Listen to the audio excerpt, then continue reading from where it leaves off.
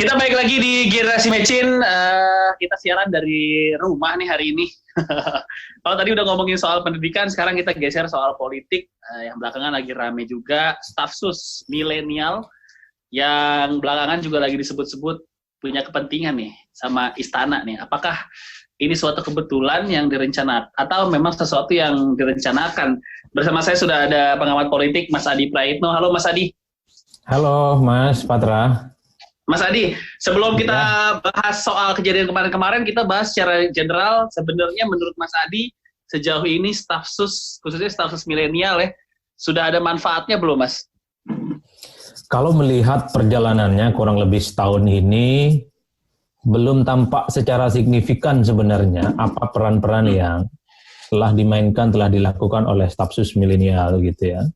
Justru yang muncul itu adalah hal-hal yang sifatnya kontroversial. Kontroversi pertama misalnya ada stafsus yang masih rasa cebong dan kampret, nyinggung-nyinggung tetangga sebelah gitu ya. Setelah itu misalnya ada juga milenial yang mengklaim dirinya seakan-akan setara dengan menteri posisinya. Ada juga yang di musim corona. Itu orang yang sama tuh kayaknya tuh. Dan ada juga yang kemudian mengklaim gitu ya soal corona yang isu tentang corona yang hoax gitu ya. Yang teranyar tentu adalah 2 CEO yang masuk dalam pusaran kekisruhan yang sampai sekarang masih di debat publik. Jadi sorry to say ini Mas, harus kita katakan teman-teman milenial yang diharapkan menjadi representasi politik bonus demografi kurang lebih setahun ini yang menonjol bukan pekerjaan yang positif, justru hal-hal yang sifatnya kontroversial gitu ya, yang tampak ke publik. Jadi wajar kalau mereka ini setiap hari dibully, dinyinyirin oleh publik karena gajinya besar, tapi terobosan politiknya nyaris tidak ada apa-apa. Kan begitu. Oke.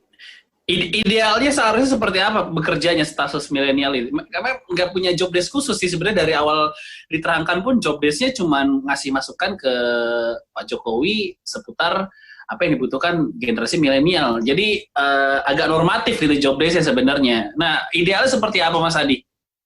Nah, kalau bicara tentang ideal, kan anak-anak muda yang direkrut ini adalah anak-anak muda yang memiliki basic kapasitas dan kompetensi yang menurut istana cukup terukur dan bisa dipertanggungjawabkan.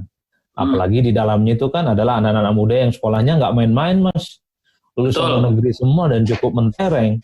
Mestinya kalau sekolah yang menjadi latar belakang anak muda ini link dan match dengan kebutuhan istana, tentu bukan kegaduhan yang muncul, tapi adalah hal-hal yang sifatnya produktif, kontributif terhadap bagaimana produksi isu, terutama di bidang politik yang ada di lingkungan istana.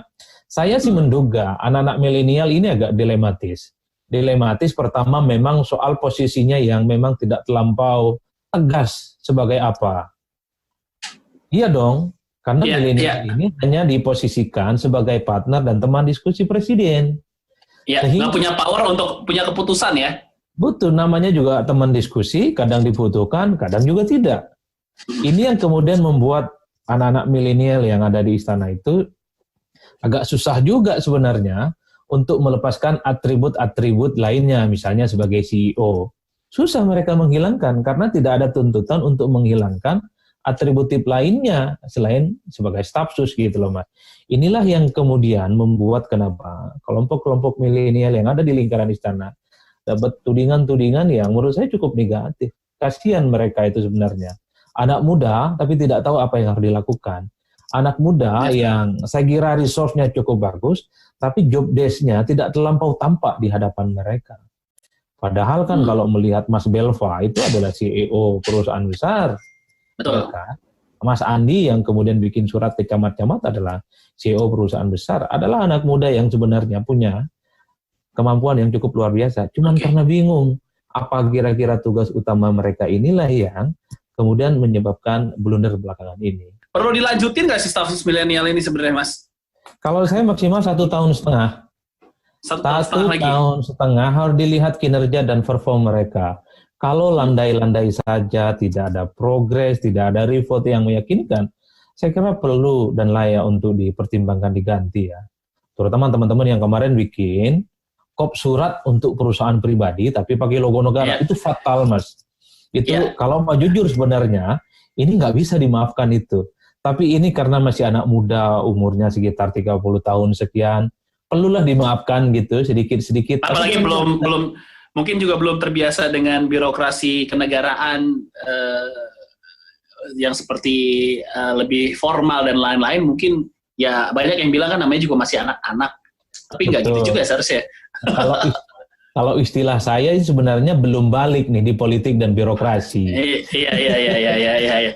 Jadi Biasa di swasta dan birokrasi, apalagi CEO ya, dengan birokrasi mungkin betul. lebih Karena simple. Karena kalau sudah menyangkut birokrasi negara, ini banyak hal yang harus dituntaskan, Mas. Misalnya Ya, tentang akuntabilitas publik, siap diaudit, dan seterusnya.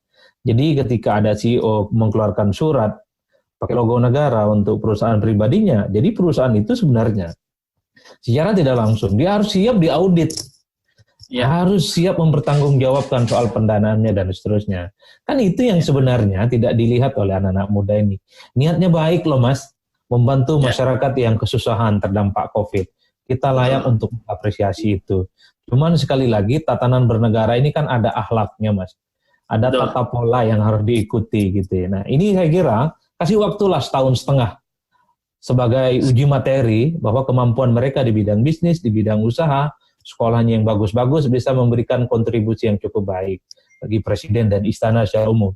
Tapi kalau setahun setengah masih laya mutu walayah ya, tidak hidup dan tidak mati pula, peran-peran politiknya tidak tampak, saya kira Pak Presiden perlu untuk mempertimbangkan ulang soal kelanjutan mereka sebagai staf sus. Toh saya kira begitu banyak gitu ya, anak-anak muda milenial yang saya kira memiliki kapasitas dan kompetensi yang sama. Tinggal kesempatan aja, apakah bisa diberikan oleh istana atau tidak. Oke, siap. Mas Adi, terakhir ada yang lagi yang perlu ditambahin, Mas, dari obrolan kita hari ini? Saya kira menjadi catatan penting adalah bagaimana staf sus ini memberikan satu diferensiasi, perbedaan-perbedaan yang membuat semua orang mengapresiasi kerja mereka. Karena harus kita akui, rekrutmen staf sus milenial ini sebagai bonus demografi, karenanya harus ditunjukkan dengan kerja-kerja yang bisa meyakinkan dan membuat semua orang takjub. Nah, kira-kira begitu, Mas. Oke, Kalau Mas dibutuhkan Delva- terobosan. Dibutuhkan Betul. terobosan seperti mereka membangun perusahaan-perusahaannya seperti itu kurang lebih ya, Mas ya.